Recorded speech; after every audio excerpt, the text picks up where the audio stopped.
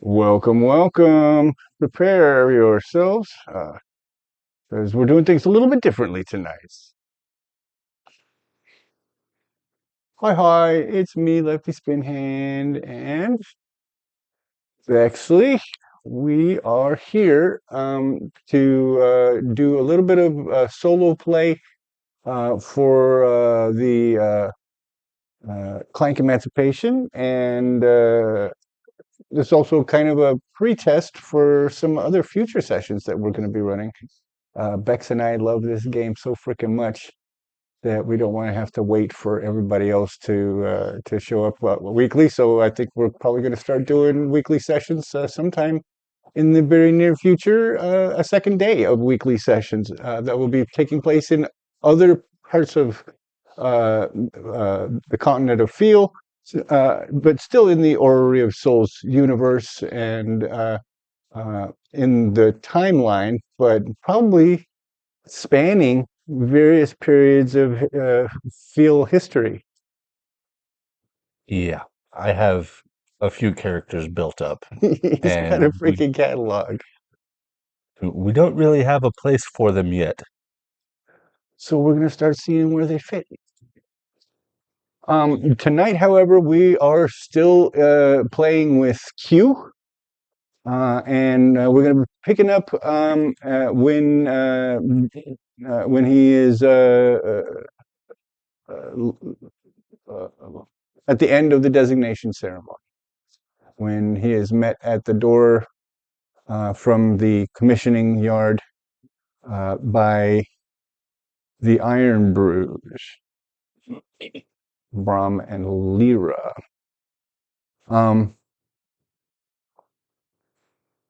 So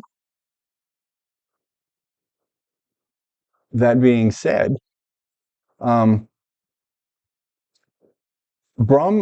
when he steps up to approach you, he actually holds out his hand. He extends his hand to you. He says, "Good day to you. I'm Brom."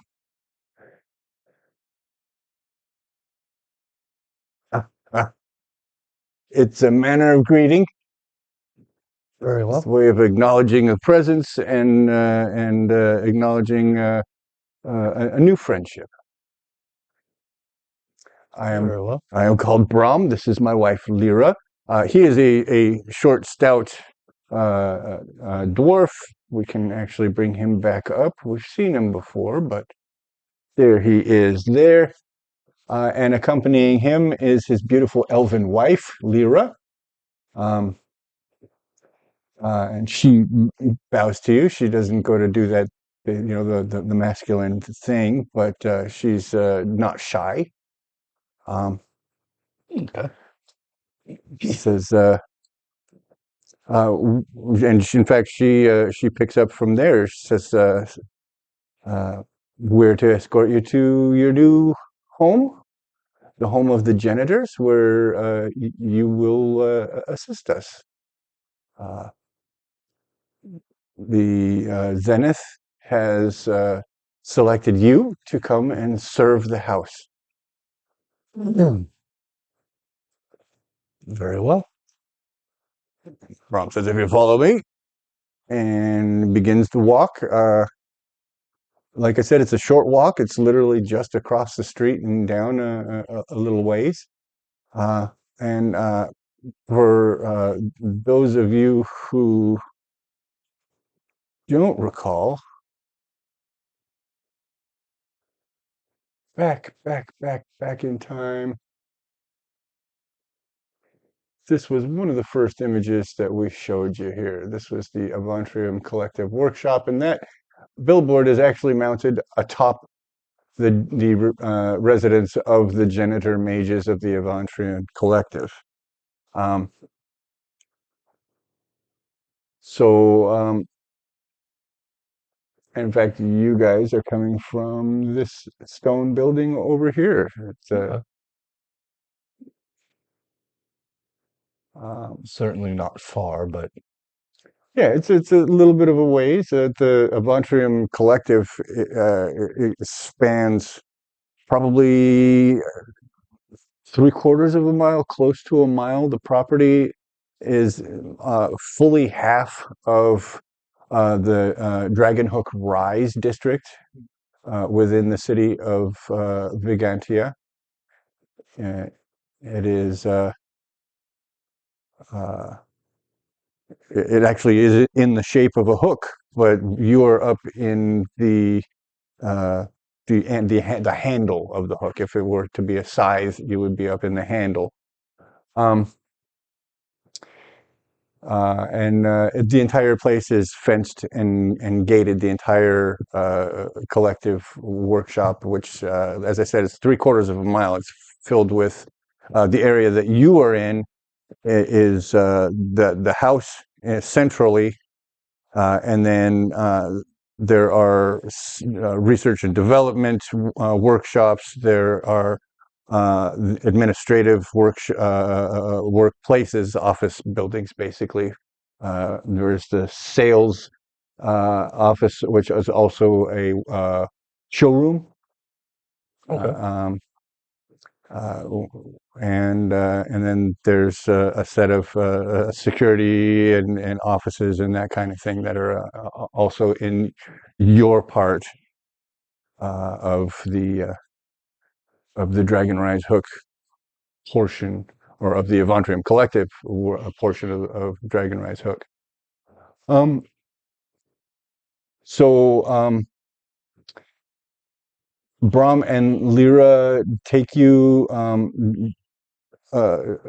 down through the streets and then around to the front entrance. Uh, it doesn't seem as though there's any pomp and circumstance. This is not like a great welcoming ceremony. You're a servant coming home, so they're just bringing you in. But they don't also feel like you have to go through the back door. Sure. So Lyra says you'll have your own room where you can rest the nights. Uh,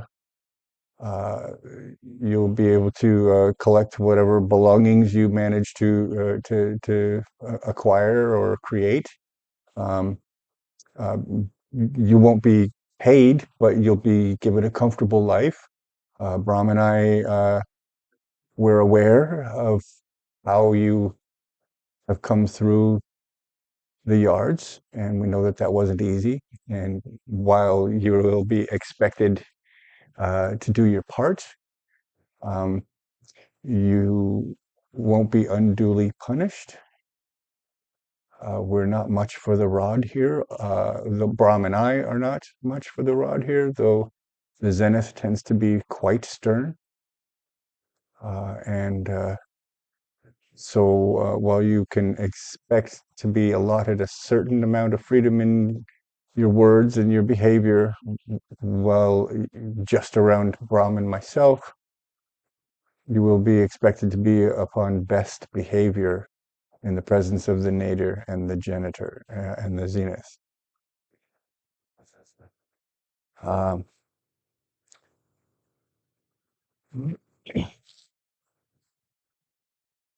should you incur the wrath of either, it will not go well for you.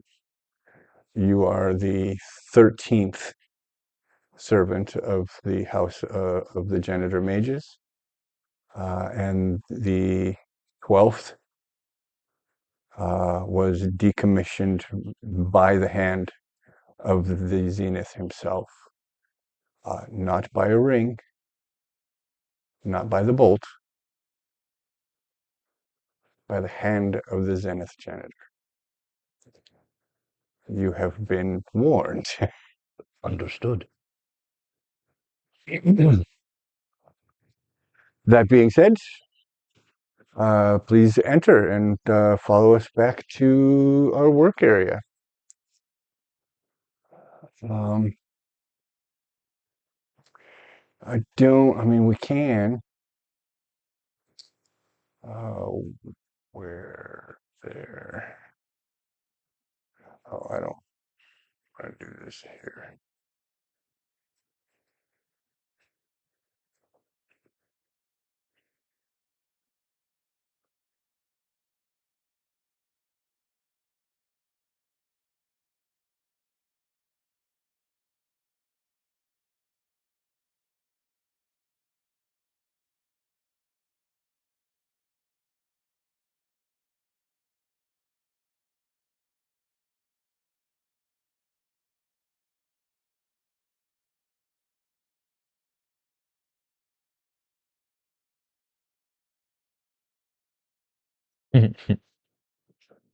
What, you giggles?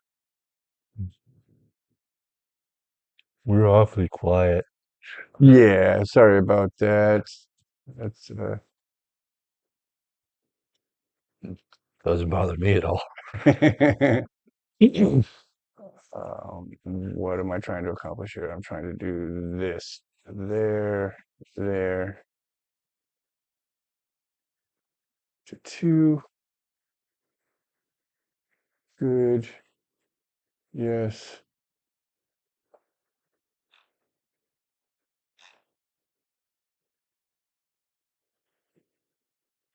Uh, here.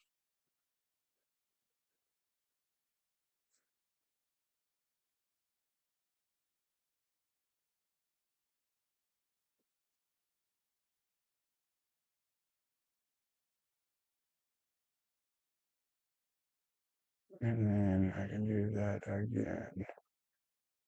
So I might as well just keep that on.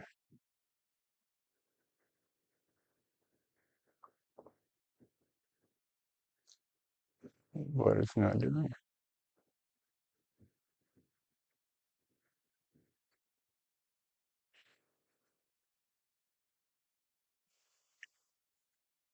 Sorry. Still learning how to use Owlbear Rodeo.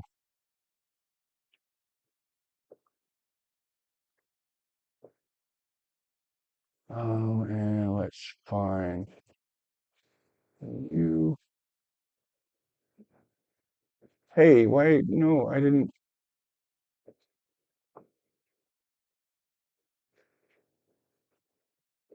After you just went and Yeah, this sync view thing, because I'm dealing with two different size screens. Okay, there. Now I should be able to move this without moving all of that.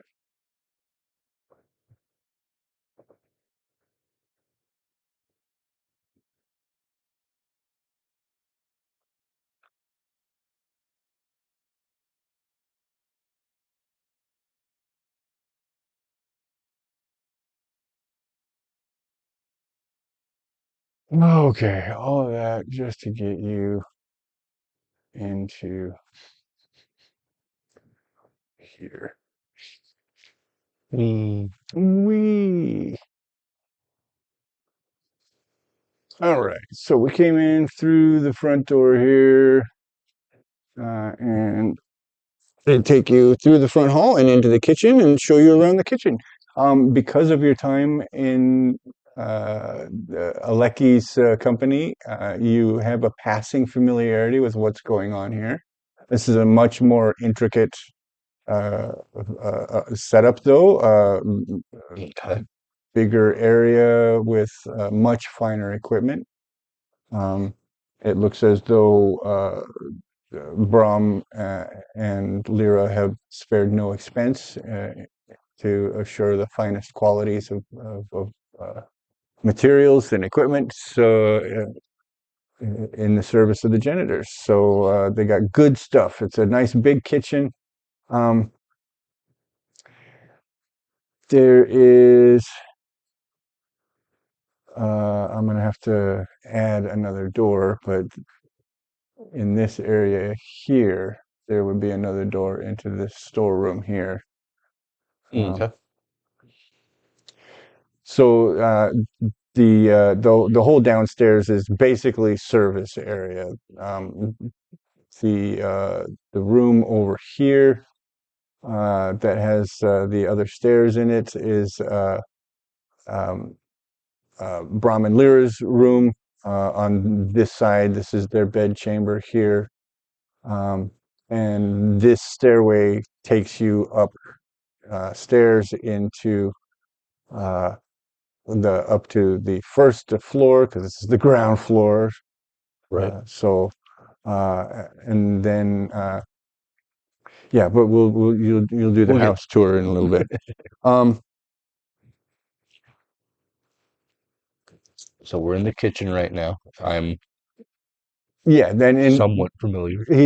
Brahm is basically giving you the tour, asking you what you know, what you don't know, and you we don't need to role play that quite so much because it's mostly pedestrian stuff. And while you have idea as to what much of this is for because of Aleki's brief introduction, it becomes quite clear pretty early. This is where I'm going to be. You're starting from scratch, and this is where you're going to be. So, um, uh, for your first day, you are given the menial tasks. You're washing dishes, you're peeling potatoes, you're chopping greens, that kind of stuff. Easy Okay. stuff that a new cook would be able to assist with. Um, in the storeroom over here, there is a pantry area. There is mops, brooms, all that kind of stuff. This is the excuse me. Cleaning on one side, food on the other, Exactly. and the nondescript in the middle. Yeah. Um, so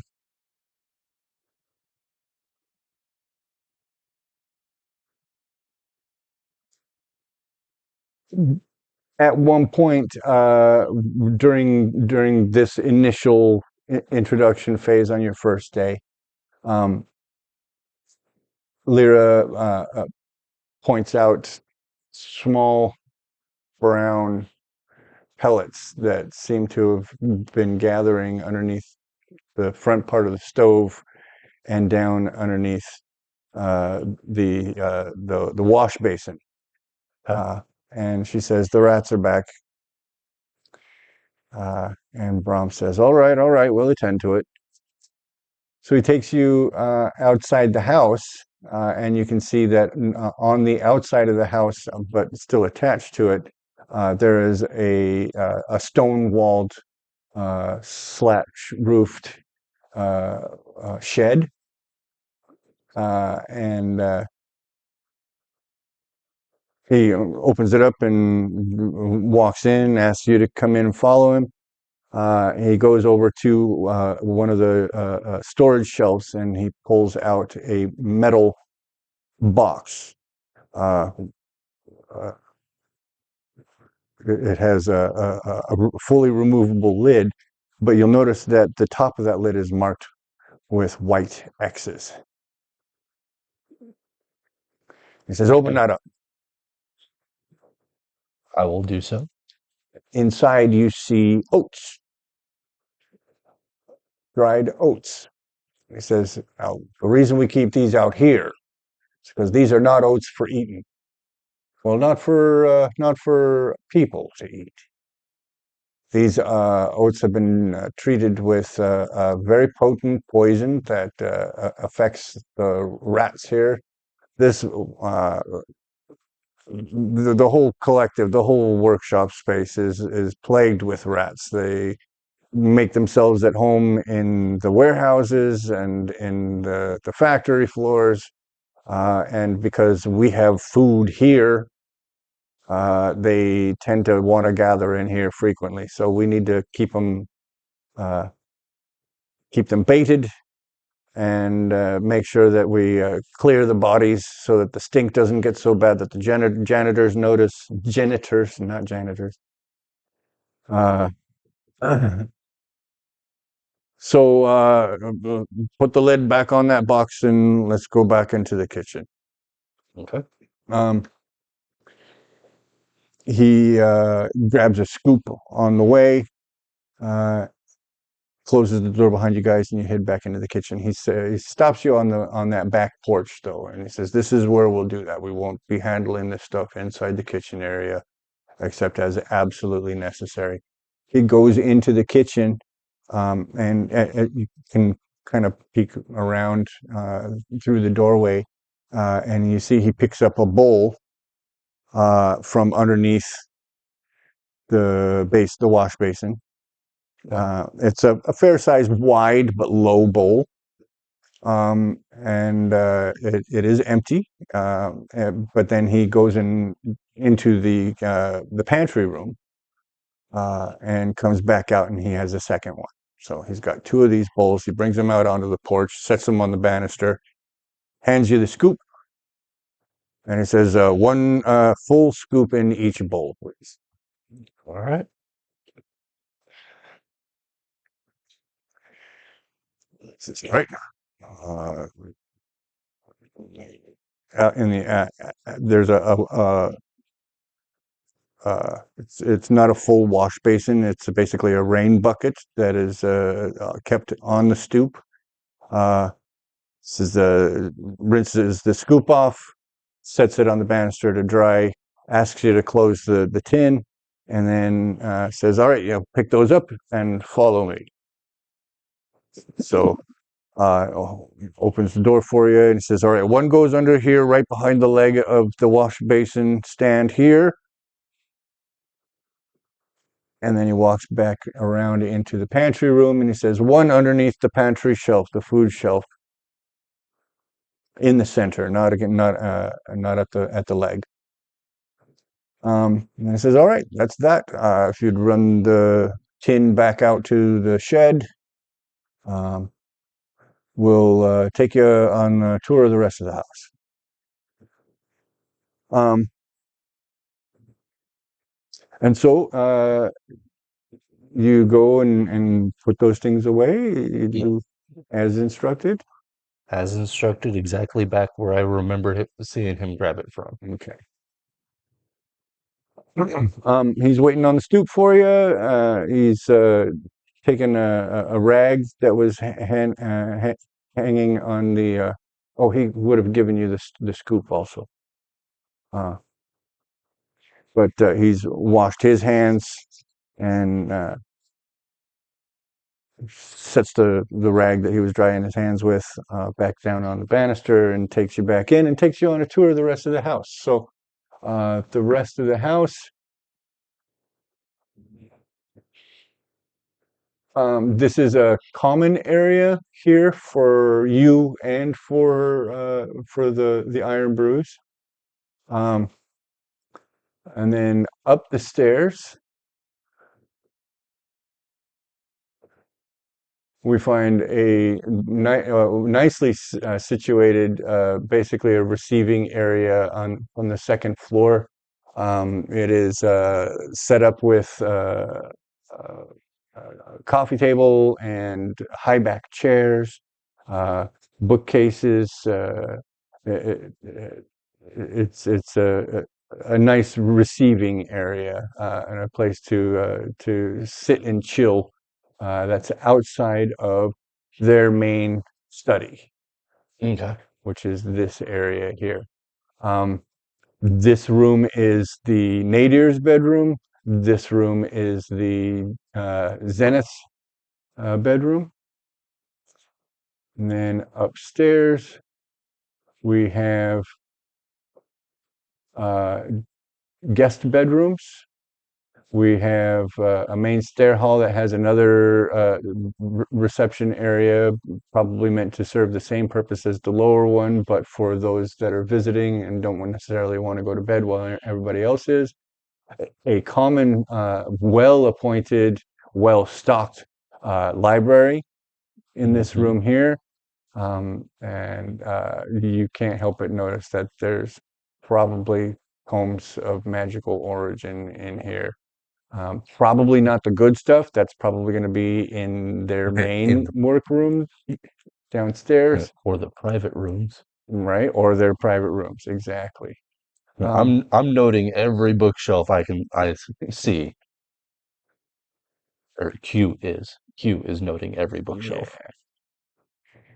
Up here, what is the living room is actually a laboratory. And then up here, another seating area, some laboratory storage Okay. here. And then these guys are basically just a throughway, just hallways, but there are images of the Calculations and the janitor mages. It's basically a ah, walking history of the janitor mages I hung on got the you. walls here. Fascinating. Okay. Upstairs here we have, if I'm not mistaken. Oh no, no, no, no. You know, what a jackass! I haven't decided what these rooms were going to be.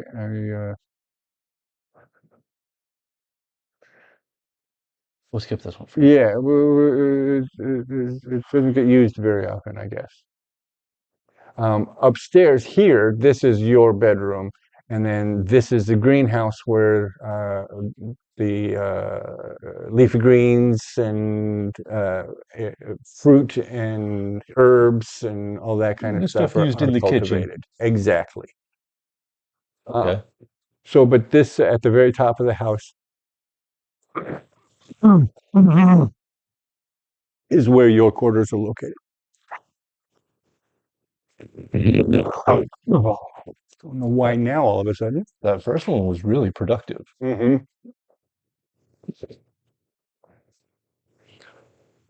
Slimy yet satisfying. YouTube definitely needed that one. Yeah, that's my Pumbaa, by the way. Um, This is Jason Puma. thank you. So that is a house tour with the exclusion of what the hell are these going to be? Chalkboards. Right, I guess it would be if downstairs is a laboratory, then this would be. Wow, yeah, I don't know, and I don't know why I decided to just skip that. Because I am a crappy GM, I think is probably the best excuse I can give you. Since it hasn't been made clear, this is my first foray back into GMing in 30 years, so I'm still getting into the swing of things. And it's a brand new system Yeah, and and and brand new map software, and yeah, I've got a lot of catching up to do. So, for those of you who've been keeping up with us, thank you for your patience with us. Um,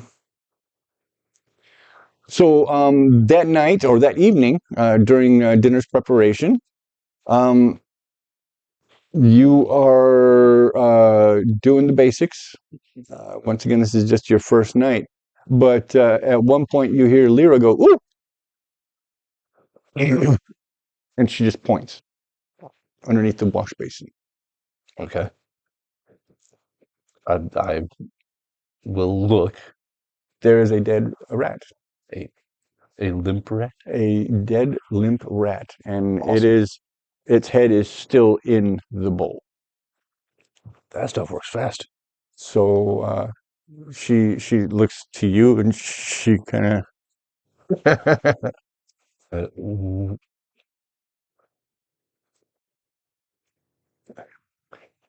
How do I not ask questions? Okay, because you look to be pausing. The calls and responses don't factor when you're with us.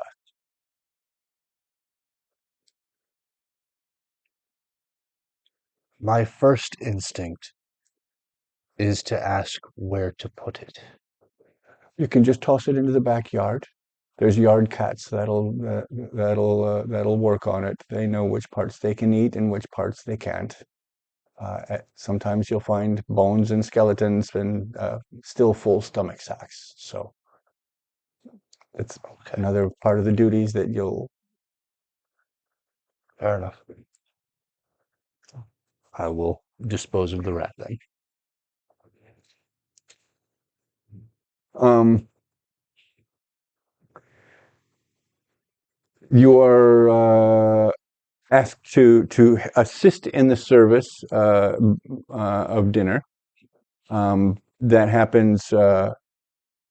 in the early evening. The janitors, when they come back in, um, they're quiet. They're it doesn't seem as though they're exhausted because literally the one thing that they have to do over the course of any given day is to go and create a new sphere. Um, but their talk is not lively between the two of them. They do seem to get along. They seem to be able to enjoy each other's company in relative silence. And you learn over the course of the time you spend there that um, they're actually kind of close, and they frequently spend their time in quiet conversation together. Normally, coworkers who spend this much time together, especially living together, uh, well, you wouldn't know this, but Right. normally people tend to go their own separate ways and just meet up when it's mission critical. But Mm. these guys actually chill together. Okay. Um, over the course of this first night, um, the the two of them make themselves comfortable up on the first floor in their common study area. Um, and probably 8 or 9 times you're summoned to refill wine glasses and alcohol glasses. The nadir only maybe twice. The janitor every single time is receiving a new full glass. You're not topping him off, you are filling him Replacing. up. Gotcha. Um, by the late evening, the conversation is still going between the two of them. Uh, it's a wide range of subjects, sometimes magical theory, sometimes politics, local politics, sometimes um, the uh, uh, continental politics, particularly now when you come to learn that fully half of the continent has been displaced. The population of the continent has been displaced. The Infernus of the West Kingdom have, at this point, they're just making their intentions to formalize a kingdom known. It's being speculated that something like that is going to happen, but And we're in safe right now? we're in Shaym. Shame. Gotcha. We're in Shaym. This is the middle country of the map. Have That was what I was thinking, but I got the name wrong. Yeah, yeah, So, yeah. No, and there's a lot of name, so I definitely get. but they're all thematic, so it's easy to keep track. Yeah. Um, do I have? Hmm. Do you have that specifically ready?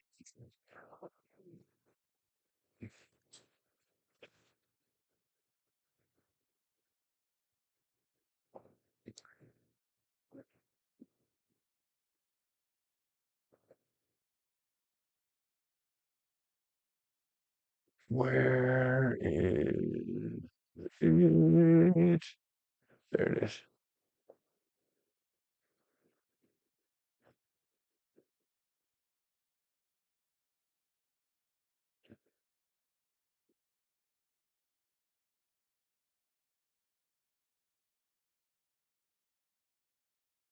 That's an interesting concept. Hmm. I have something to point out uh, after we're done recording. Oh, okay. This is above above board what we were talking about last time after we were done recording with the group.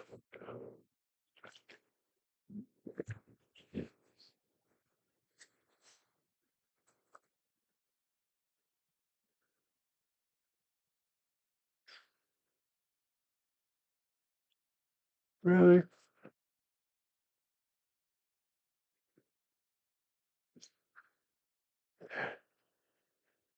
So, The scroll mhm. is so picky. Yeah, and this is the smallest I can get it.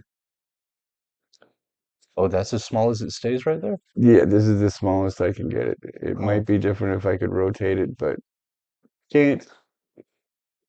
So we are on the eastern side of Shame, as far away from the Infernus territories as you can get. So this right up here in this area I got you.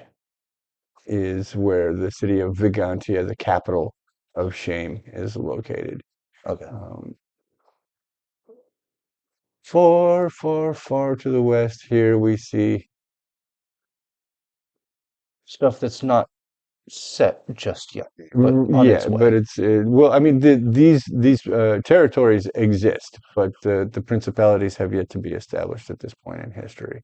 Gotcha. Hate is still hate, sad is still sad, fear is still fear, and that so stands all the way across the continent. But these areas here in particular are what have are in the process now of being cleared out of every race that is not Infernus, Orc, Giant, Dracona,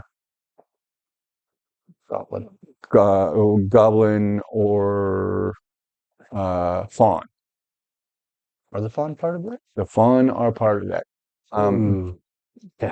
yeah, the goblins and the fawns will at some point in the near future be awarded the Principality of Anger, which is the only Western principality that is actually in the east. Okay. This here is Anger, and um, the goblins and the fawn are the co-rulers of that principality. And then it's the orcs and the giants. Orcs and giants and sad. Why? I don't want to do that. No, no, don't reload the app. Where's my mouse again? There it is. Okay, so Okay. You found it before I did.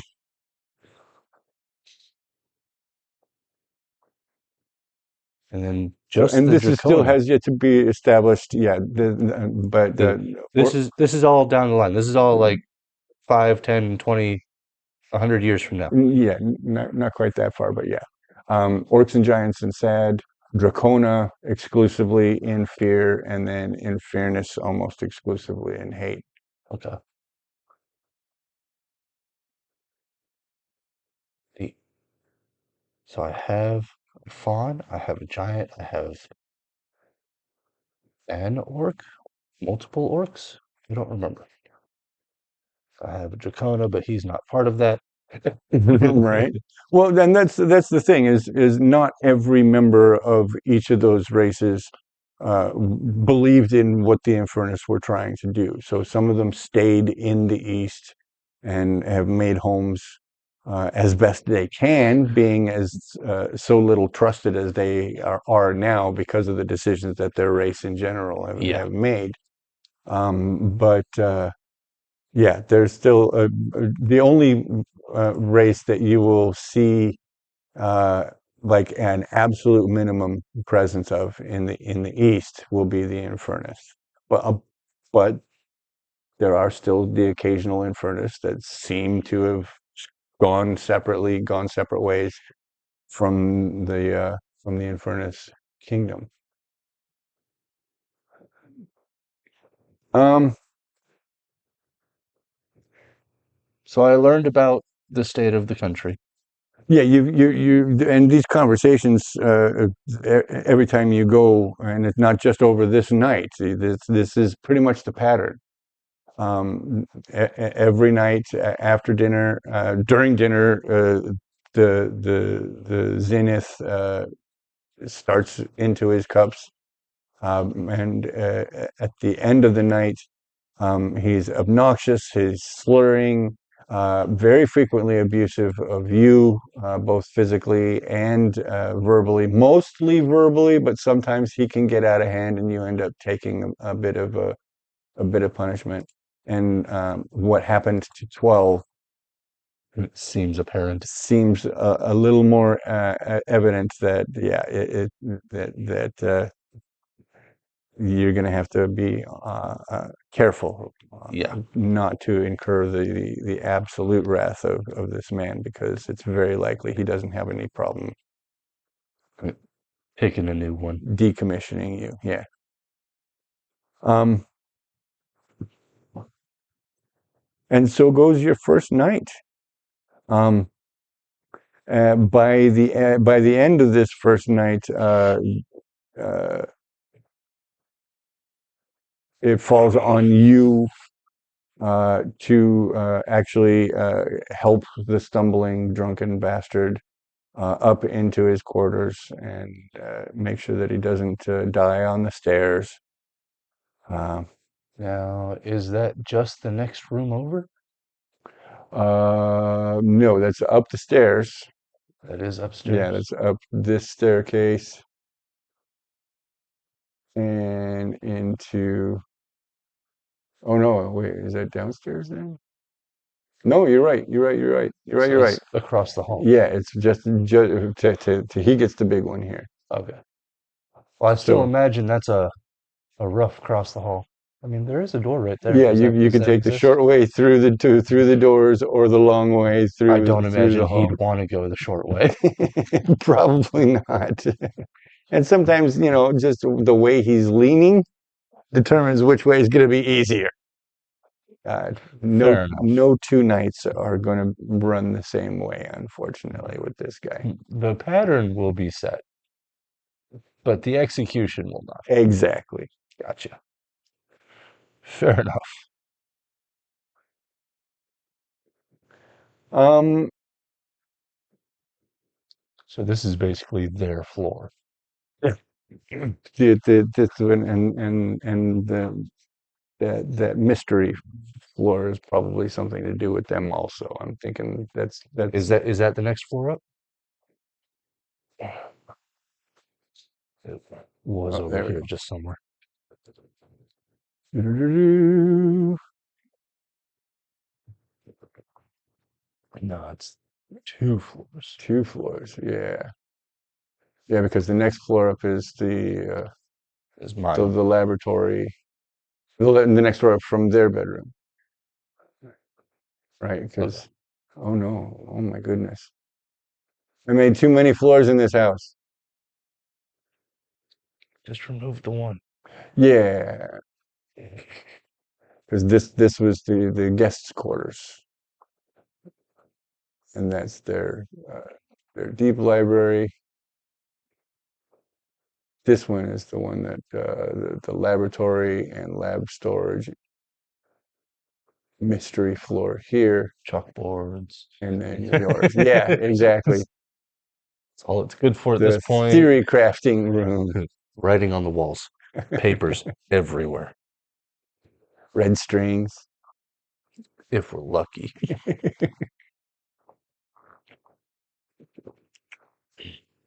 Okay. All right. So a drunkard and a socialite. Essentially, yes, is what it seems. He's the nadir is definitely the one who styles himself the academic. Uh, uh, Tries to keep up on the politics, whereas the, the Zenith is old dog set in his ways, opinionated without necessarily being informed. Uh, yeah. So between the two of them, they form an interesting human or an interesting person. but individually they are each one is kind of two-dimensional. The nadir kind of obsessing over presentation, Okay. and the zenith being more obsessive about opinion. That doesn't sound that bad. Yeah, We all know somebody like each of them. exactly. They are fairly archetypal, archetypical, archetypal. Archetypical and archetype. It is their archetype. They are archetypical. I believe that is the correct one. YouTube, tell me Yeah, I'm wrong. I'm of the opinion that archetypical is a mispronunciation of archetypal that has just fallen into common use. Look, if it's common use, that's the right way. GIF. Well, GIF is the correct way because But it's the graphics interchange format. So GIF. maker pronounced it GIF because he liked peanut butter. Well, Anyways, hellfire. I did not know that. that's just one of those things that I just have in my head. I love that about you. I love that about you. You big spongy brain. I know a lot of random stuff. Not sure how it all got there, but it's there. So after a couple of weeks of this pattern, things kind of come to a head on one particular night. One night, you open the door to the study, and the janitors are deep in their conversation, and the Zenith is Animated. yeah, he's deep in a point, and when you come in and open the door, he looks at you, and the thought crumbles underneath him, and he flies into a rage. He starts sputtering. He turns his back on you. He heads over to his desk and he starts digging through a desk drawer. And he pulls out a big ring. Oof. And he throws it on. And as he's turning, his hand sweeps across the desk and an ink bottle slaps the back of his hand, falls onto the floor with a crash. And he walks over and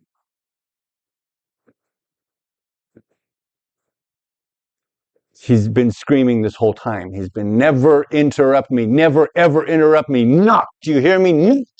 And on that second knock, you get a zap. Farrell would call it a tickle. Right. Do you hear me? Knock. And he gives you another one. Wait to be acknowledged. Go ahead and take you've got full thresholds now, so go ahead and roll 2d4, and this will be both of the strikes. I need to find my other D4. Or roll 1d4 twice. I'm going to have to do that. That'll just be faster. But it would be faster if it stayed on the table. Damn. Tell me that was a 1.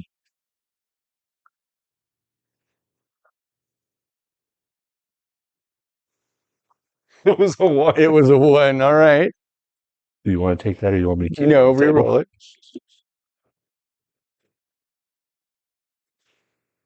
Oh, that's a 4, though. Ouch. 4 for the first one.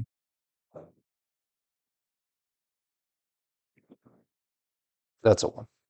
All right. And that is not a 5 combined. That is 2 individual strikes, so you get to apply thresholds to each, or armor, however you choose. It's 1 point both times. I will instinctively use an armor slot for the first one and take the second hit. Okay. So it doesn't hurt that bad. It was, in fact, a tickle. After the second zap, he cools off a little bit. He moves back behind the desk.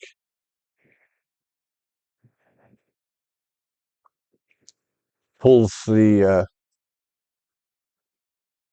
ring as he's moving back behind the desk. He pulls the ring off of his finger. He says, "Get up! Fetch towels for the mess on the floor!" And you hear the crunch of glass as he steps on the broken glass, the shards of the ink bottle. And he shouts, "Ah! Ah! Fetch Lyra now, fast! First, tell her my foot's been cut. Bring towels and bandages. Damn you, 13! See what you've caused!" So would I just know where Lyra is? Downstairs, she's at this point. They're probably still cleaning up after dinner. Okay. So I will do that, and I imagine the rags would be in the storeroom, Mm-hmm. right by where I would be going anyways. Mm-hmm. Lyra, actually, when you get down there, she shows you where to find bandages specifically. Cool. And while you get those, she gets towels. And then she also grabs a bottle of brandy, a full bottle of brandy, and she leads you upstairs. As she enters, she does not knock, and that you get that reaction. You get that slight surge of panic. This is ingrained into you. Yes, it is now. You must gently make your presence known when entering the presence of the Zenith, particularly.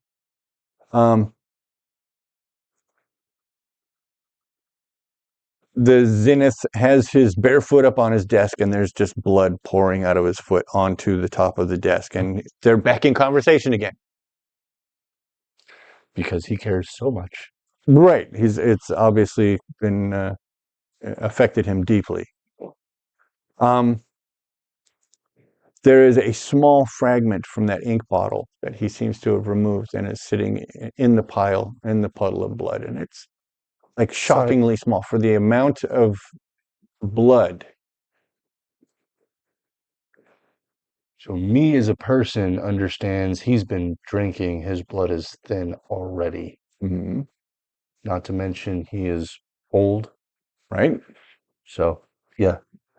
But as a construct, you are learning a lot about how much damage can be done to an organic body with a very small, sharp object.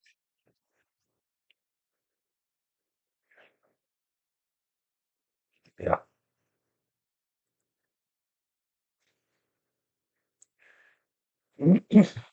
And teeny tiny. Lyra gets him bandaged up while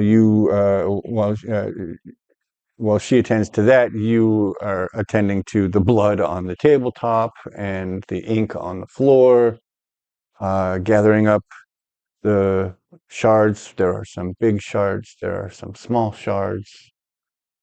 Um, Can I use prestidigitation to return the glass to its original shape? Absolutely. That's less of a mess to clean up, but I still have to clean the ink up. Right. You're not going to get the ink back in the bottle, but you'll get the glass back together. Absolutely. I'll put the full bottle back on his desk. Go back to Nice. cleaning. The whole bottle. It's not The whole, full, yeah, but yes, yeah. the whole bottle. Um, all right. Um, you see the nadir he notices what you've done and kind of arches an eyebrow. Seems moderately impressed with the thought of that. Yay. I have somebody's approval. Not that I know it yet, but yeah, I've got a Freya surprise. investigating. Um, the conversation goes on deep into the night. You continue serving the Zenith his drinks, knocking every time before you enter. Good. Just make a point of that. Um, and are you waiting for a response before waiting for acknowledgement before you enter, or are you knock and then knock as you enter kind of a deal, or How loud is he being? on any given night, right? It's usually he gets his volume increases over the course of the night. So As he is being loud, I'm going to knock audibly as opening the door, but on quieter nights, I'm going to knock and wait for a response. gotcha. Okay. Um, 'Cause he's too focused on what he's talking about when he's being loud, anyways. right. Um, at during one of these, um,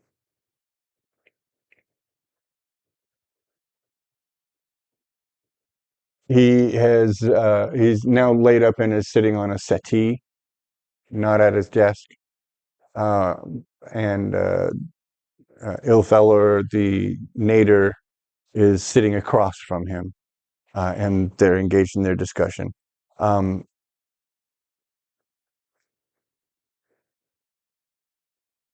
you do the knock and enter as he's talking, and once again, It drops. it drops. And he starts to try to stand up, but as soon as his foot drops below the level of his hips, you can see that the pain is happening, and so he just gets right back up, but he's like, "Damn it, 13, I told you to be acknowledged."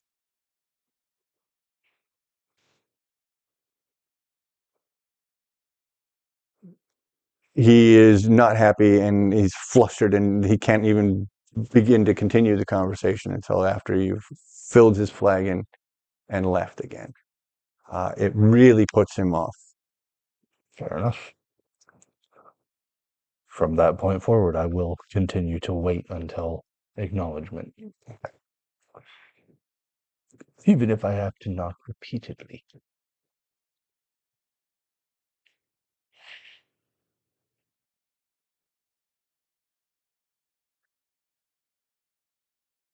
Okay.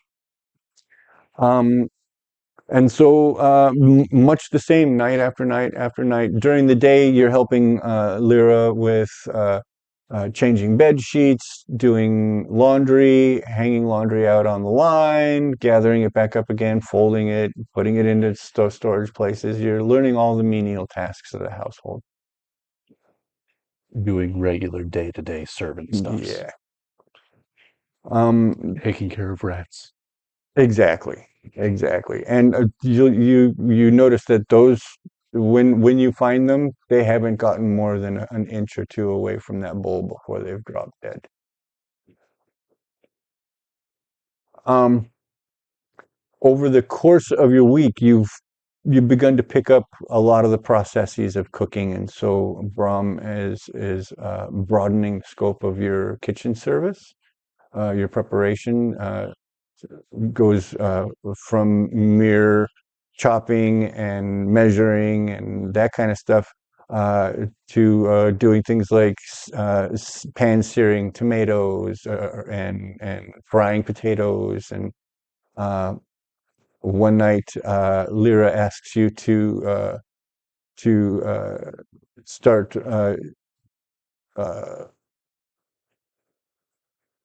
sautéing some mushrooms, and so you go into the pantry and you find a couple of bins. You've seen these ruffly mushrooms, and you've seen these pink-skinned mushrooms, and she didn't necessarily specify, so you figure it's not so important. Um, this seems like it's not a normal dinner, though, so you figure that's probably uh, maybe more special or might be a more appropriate decision. So you go for those pink skin guys. Mm-hmm. Okay. Um, and you chop them up nice and thin. You're really pleased with how you've begun the preparation of these. You get them over on by the cook fire. Nice light oil, nice light amount of oil for the saute. Um, and as you're getting these, it's like your second batch, your second pan full fried, or sauteed, not fried. Um, uh, all of a sudden, a meaty, thick hand grabs your wrist, lifts your hand, and Brahm is red-faced. He's very controlled, but he is red-faced, and in fact, To the sweat. a beaded sweat has started to form. He takes pan from you. 13, you've used the wrong mushrooms.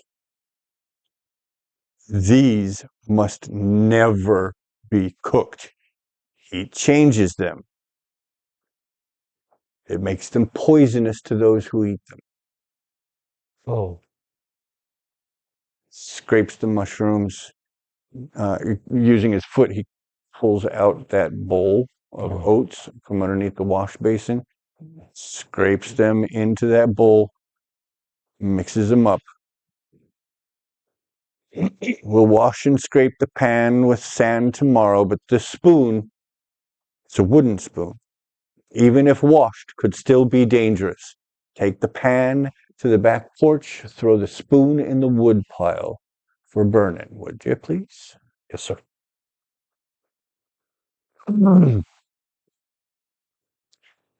He pulls out a portion of the ruffled mushrooms.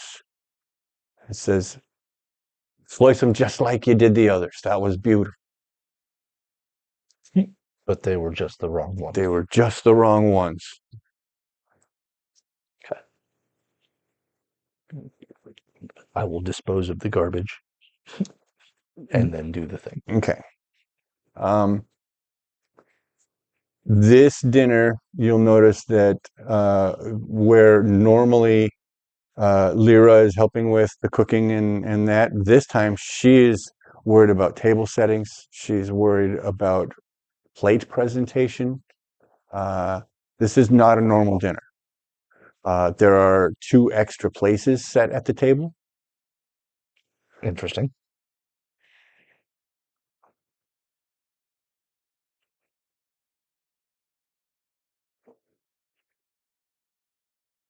Um, once dinner is mostly cooked and Lyra is worried about getting everything plated appropriately, Brahm says, tonight, the Lord High Contractor and the owner of the Avantria Collective will join the janitors, mages, at their table. You must be meticulous in your service. You must not speak unless you are asked a specific question. You will volunteer nothing.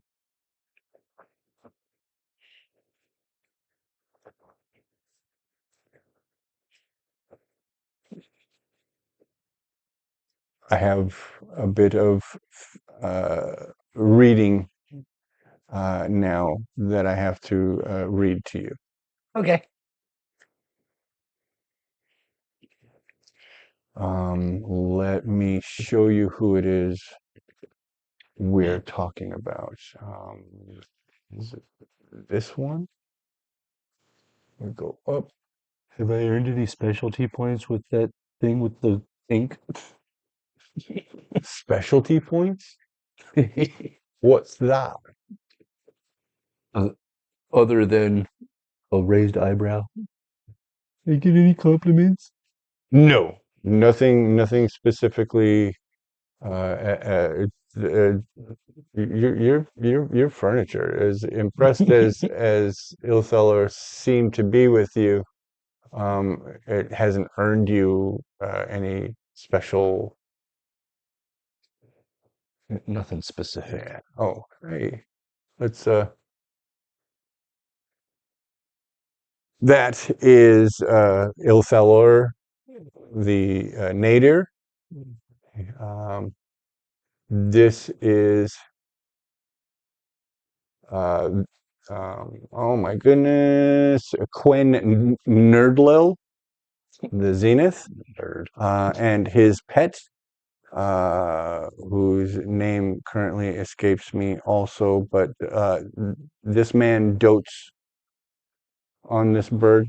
The bird lives in his quarters, is very rarely brought out, but some, except for out onto their landing in their at their stairwell, Mhm. because there's nice big bay windows there, and the bird is set out to perch and to be able to get sunlight.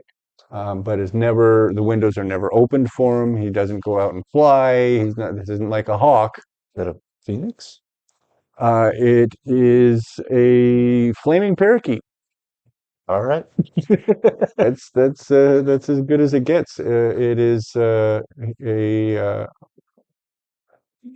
there is.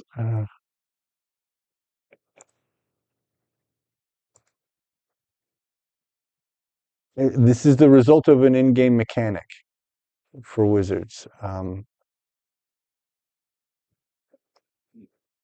it's currently escaping me because it's been so long since I made him. Uh, or maybe it's the at character creation. A wizard can take a magical pet. Is that it? Is that the thing? Oh no, no, no. Did it not take that click? It didn't take that click. Cool. I almost clicked away from Q's page. Uh, a harmless elemental pet. Nice. A book you are trying to translate, or a tiny, harmless elemental pet. Yes. Nice. Confirmed. That is what that is. Valerius, the Lord High Contractor of the city of Vigantia, carefully sawed at a thick cut of bome steak. The rich aroma of elven wine and mushroom sauce that you had prepared earlier that evening fills the private dining room. The numbers, my friends, are undeniable, he begins, his voice as crisp as the contracts he drafts. My commitments for the new city garrisons in Joy will require the tripling of our Aegis chassis output, and the demand for industrial units in the Dales is insatiable. We're leaving chests of gold on the table simply because we cannot produce soul spheres fast enough. He looks pointedly at the two wizards across from him. When, Ilthalor, you perform miracles, but you are only two men. The logic is simple. To meet the demand, we must expand the means of production. We need more janitors. Quen Nerdlil, the Zenith Genitor, a human whose weary eyes betray immense pressure of his position, sighs and pushes a mushroom around his plate. He's not responding to the Lord High Contractor here. Valerius is not wrong, my lord. He directs his words to Xylus Vane, the owner of the Evantrium Collective. The cycle is relentless. The moment one plank is complete, the next is waiting, and the losses incurred during the banding phase of unit development are not inconsiderable. There's no room for error, no time for illness. If either of us were to falter, he trails off, letting the implications hang in the air. The younger nadir, the elf Ilthilor Athi, adds his own quiet, sharp-edged agreement. The integrity of the Transcendent Union spell requires absolute focus, a state that is difficult to maintain under constant, unending demand. A second team could not just double our output, it would introduce a necessary redundancy, securing the entire process against potentially catastrophic failure. Xylus Vane, a halfling, the small man of large stature. Let's show you Mr. Vane.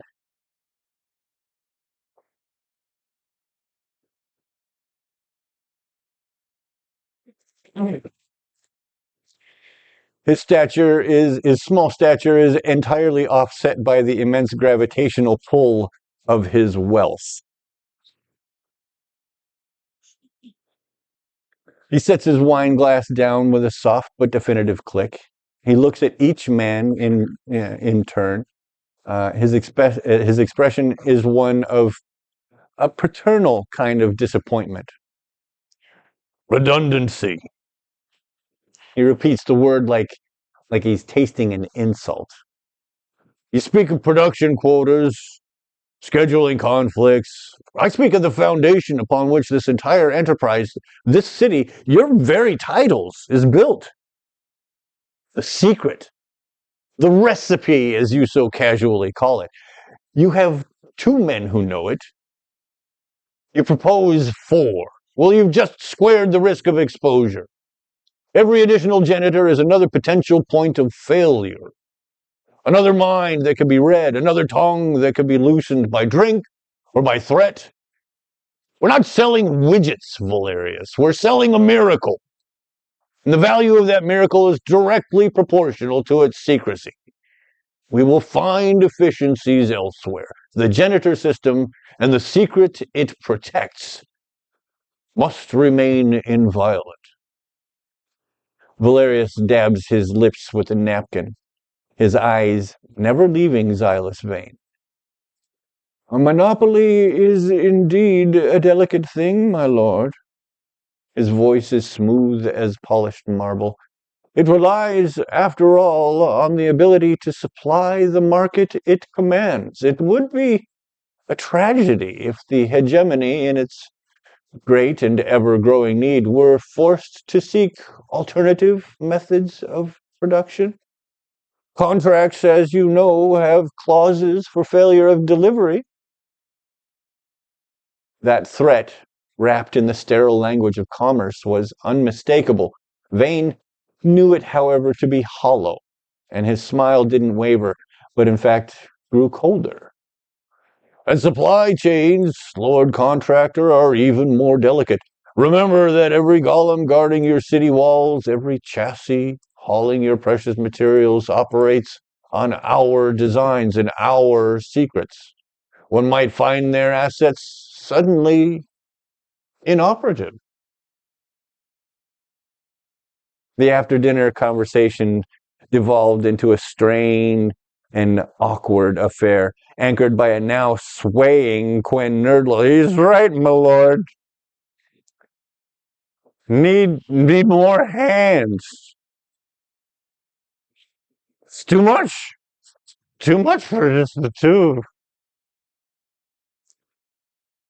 The nadir. I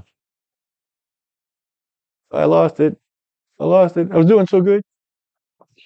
The slurring cut you off. Yes, it did. The nadir cuts in, his elven features uh, uh, stilled in calm reason. What my colleague means to express, Lord Vane, is that the integrity of the process is our highest priority. Perhaps there are efficiencies we can explore in the commissioning yards. Vane gives a dismissive wave. His gaze softens as he looks at the two wizards. Gentlemen, sorry. Your value is not in question, only the methods. We will find a way. We always do. Shortly after dinner concludes, the handshakes are just a little too firm. How would I know that? Well, yeah, I mean, given the warm reception that in the one handshake you've experienced so far, these were almost as mechanical as yours was. Fair enough. They've never done that either.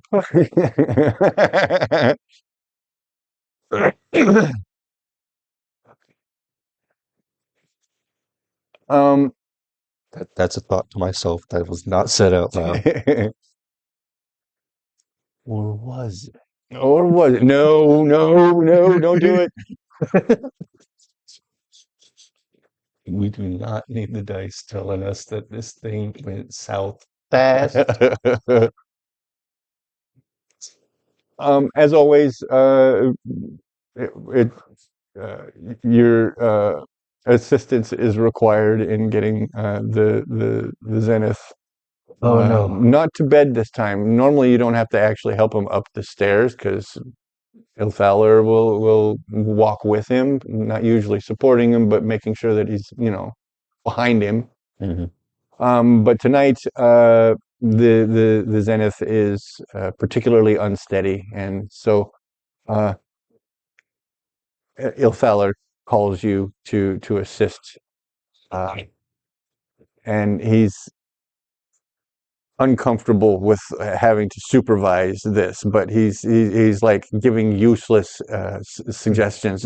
Support his left side. Careful with the stairs, unit. Uh, you guide the drunken man up the staircase, and the Zenith begins a low, rambling tirade, his words slurring into your auditory sensors. You're slow as the wine. And I saw you listening at the door. You're always just listening.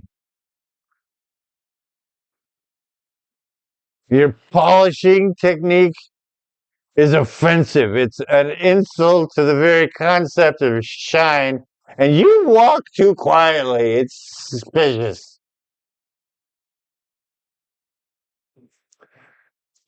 I'll try to be noisier from now on, sir. See to it. By this time, uh, the nadir has opened the bedroom door. He has no intention of sitting with this drunken buffoon at this point. He's much further in his cups than usual. So you assist the Zenith to his bed, and you endure a few more sloppy, weird, nonsensical accusations while you remove his boots. And by the time that second boot is tucked beneath the bed, the janitor is already passed out.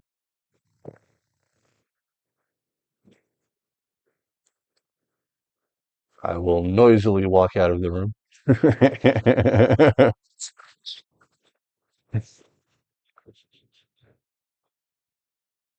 You close the door behind you? Is it usually closed? Yeah. Yes.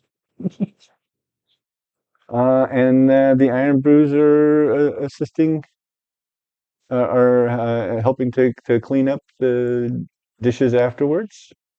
I will find something that is not being done and work on that. While you're helping with the dishes, while you're helping the cleanup process, Brahm just kind of randomly speaks up.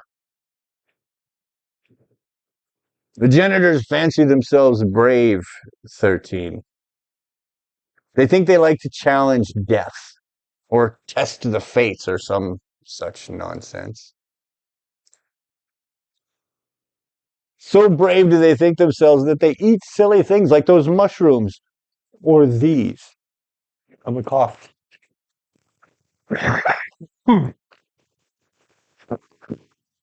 In a excuse me, way to mess with the narrative. Would you like some water? Yeah, I think I need to get it. If it makes you feel any better, I just finished my soda. I have soda, but I don't think It's certainly not it's helping not that. going to help this. Yeah.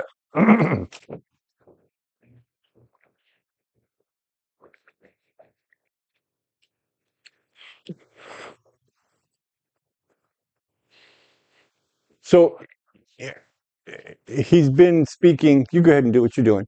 He's been speaking while doing his things around the kitchen, but this last sentence was spoken while he was headed back into the pantry, and he comes out with a chest. The chest. He sits down. He opens it up, and it's packed with ice.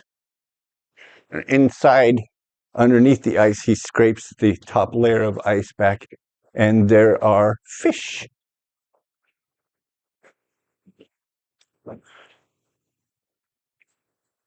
It's a white fish with purple gills. He says, "These will kill a man in 2 bites, but only if it's undercooked." To that end, 13, you'll never be asked to cook these. Nobody other than me cooks these, not even Lyra. These are my manacles to wear.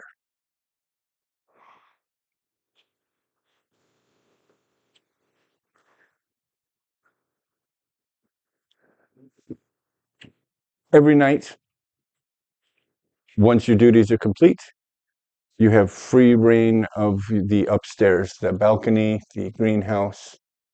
Uh,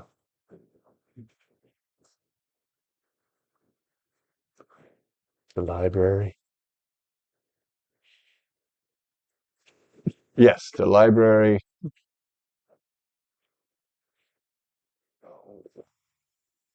What? There we go.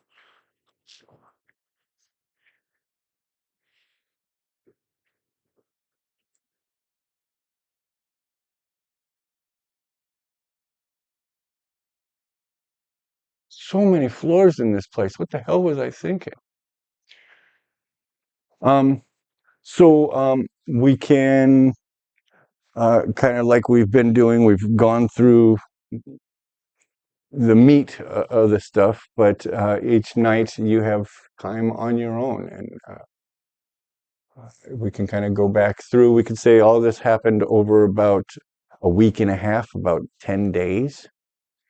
Okay. Were there any particular shenanigans, ideas, experimentations, explorations you would like to engage during your off times? Nothing specific. As Q or 13, whatever, is getting used to the rhythm of the house, uh, discovering what downtime he does have in certain situations. I would like to imagine that he would spend as much time as he can in the library in front of the bookshelves, whatever Right. bookshelves he can be by during spare time. And then part of his nightly routine, he would go check on the plants, take care of whatever he can, since that's right across from his room. Right. It's there, it's by his area. He may as well try and help take care of it and then go to bed. Okay. So that would be part of his routine. Any spare time, find a book of some sort, whatever Right. he can, during round downtime, plants, bed. Right on. So, in that library, you do find what are the equivalent of tier one spell books, and so uh, or tier two spell books. So this can be how we rationalize the leveling up that you just did before this session. Okay. Over the course of this 10 days, you find instructional tomes that help you develop your magical skills, and you find yourself learning how to do all those things that are on those neat uh, spell cards and codex. Yep. So from level 1, I have access to Book of Ava, Book of Iliad, and Book of Typhar because of Wizard subclass School of Knowledge. Right, you get that whole extra codex card. Yep. And that is, in fact, all And it three, gives you all three of them. Yeah. because I took both of them, both of the my starting domain cards in Codex, and then got the third one from the extra domain card Hmm. from uh, Prepared. Prepared, I think. Yeah. Yes, Prepared. Take an additional domain card. Uh, and then with the level up, I took Book of Vagris. And that was the one. Vagris. That's the one that's got Rune Lock, Arcane Door, and Reveal. That's right. So I have lots of spells. Yeah. I have 4 cards in my loadout, but I have 12 spells. Yeah, codex is kind of cool because that gives you a So much. nice selection on each one. At least two on any card, sometimes three. Three on most of them. All of them from one. Uh, all of them from 2. And one from 3 have 3. The other one from 3 has 2. Yeah. It's actually not until 5 that you only get one spell from a Grimoire card. Wow. That's a lot. Yeah. It's really cool because they tried to spread them out the way they designed it. So with Q being a Grimoire focus or a Codex focused wizard, he gets access to so much. But wizards also get Splendor. So Right, but there's that access as well. yeah, but you seem to be specializing, or Yes. you seem to be aiming at a specialization. Yes. Um,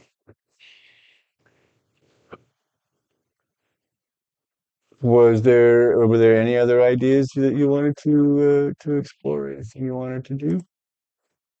I want to explore the chalkboard floor. Fuck you. Um, how much access would I have to the laboratory? Would I be able to see what they're working on, or I don't plan on messing with anything, but Yeah, that wouldn't matter to them. the door is not locked. It is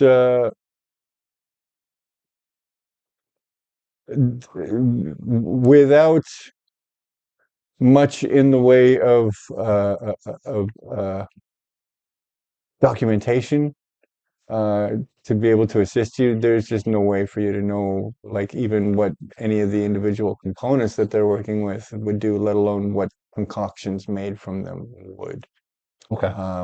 It would take you a long time of deep study of just that in order for you to start being able to put those elements together into anything that made sense, even Okay. on a conversational level, let alone an actual practical level. And given this 10 days has been spent to developing your codex.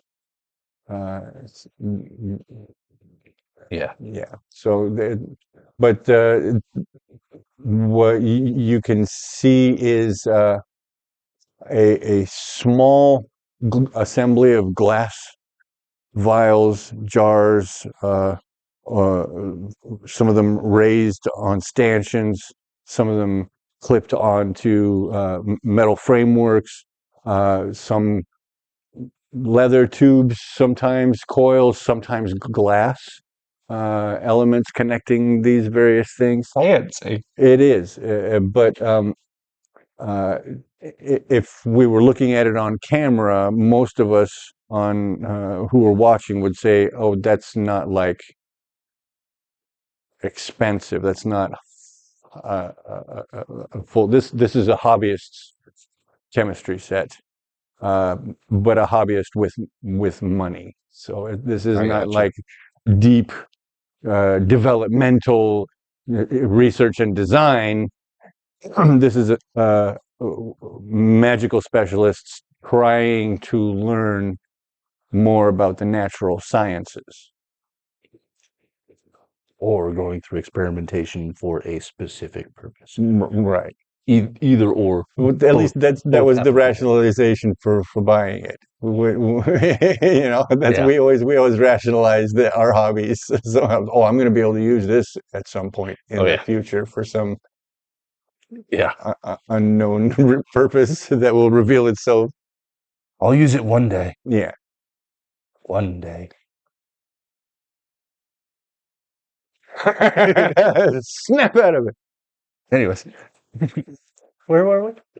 that's we're at the end of what we can accomplish. Actually, unless you want to invent something to be done. The only, I'll say, extra thing, Mhm. uh, having it been brought up with the mushrooms and the fish. I would like to take an extra moment during whatever downtime I have after that, which I don't imagine would be much, Mhm. but a thing that would still happen, I'm sure, would be to explore the library for uh, herb, herb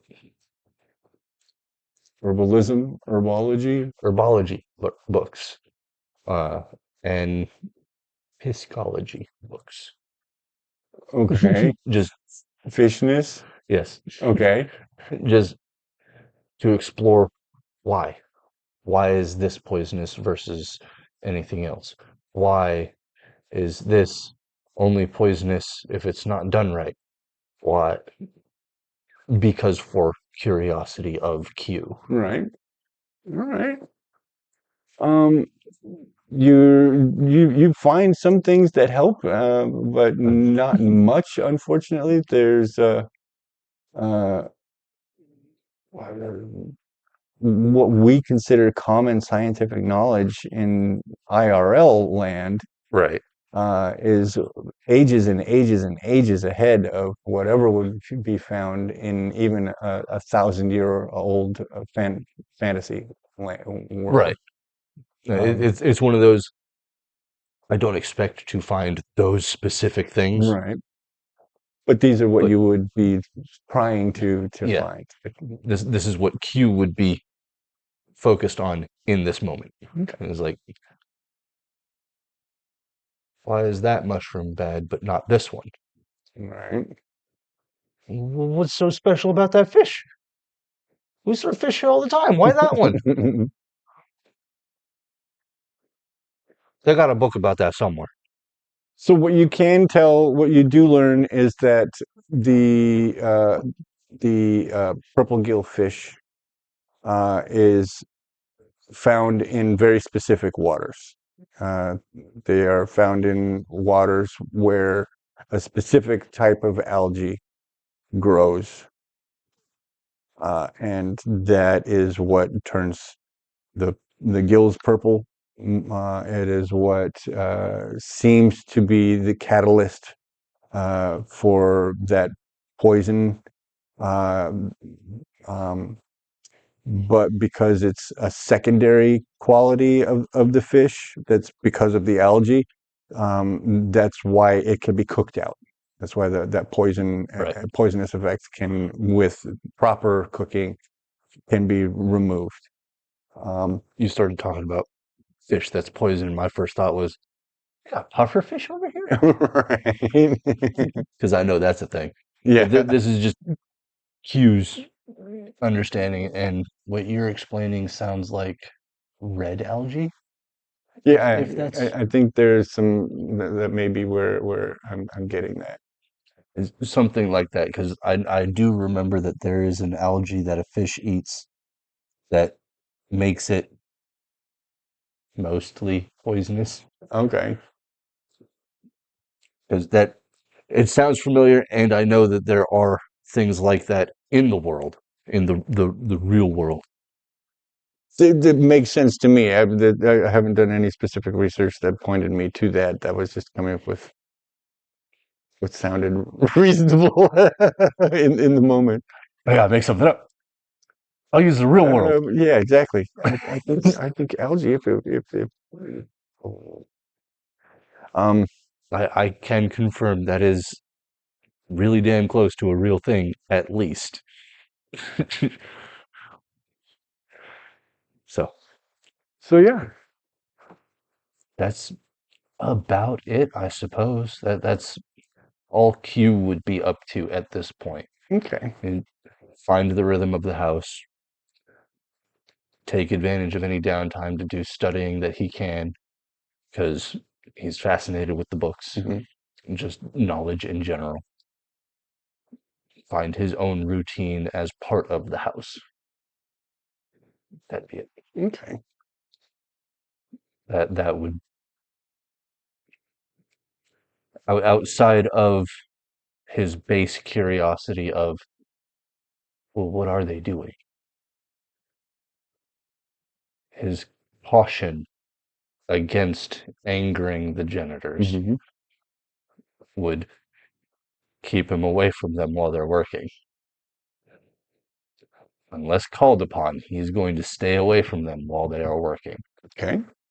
That's as best I can put without knowing it's okay to do this or that. It's okay to ask questions. Right. It's not. It's generally not. And you will always make you feel uncomfortable when you feel like you have to. Yeah, But that's one of the things that at least Lyra has specifically given you permission to do. yeah. That's also why I phrased it that very specific way. My instinct is to ask where it goes.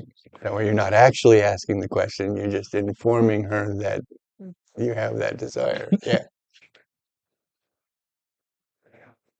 And I maybe should have said, I want to ask where it goes.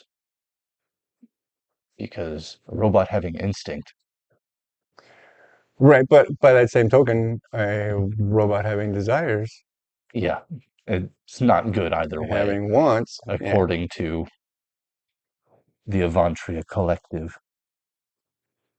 Uh. Uh, One night, just as you're making preparations to go to bed after finishing in the greenhouse,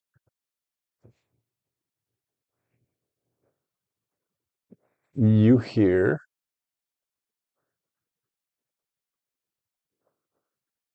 not through your audio sensors.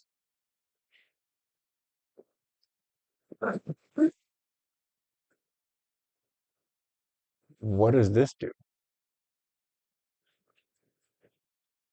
And that's where we'll end our session.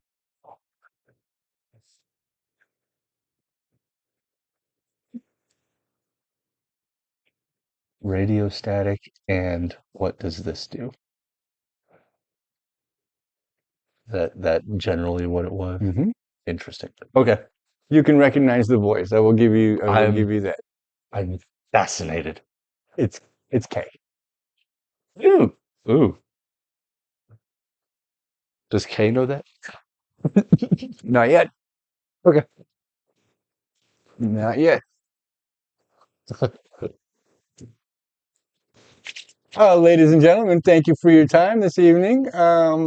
This was a little less of the role playing than I usually like, but this is all stuff that we needed to have in place in order to make sure that the remainder of this set of chapters goes in the right direction. So um, I hope it was entertaining at least, and I want to thank you for your time.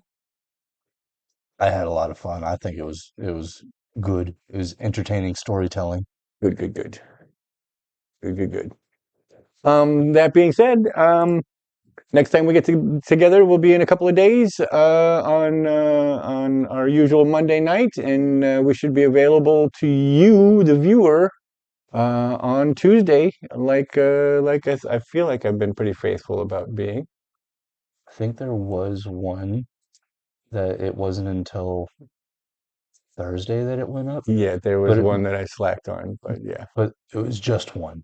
yeah. The rest of them have been the next day. I'm trying to be faithful. I'm trying.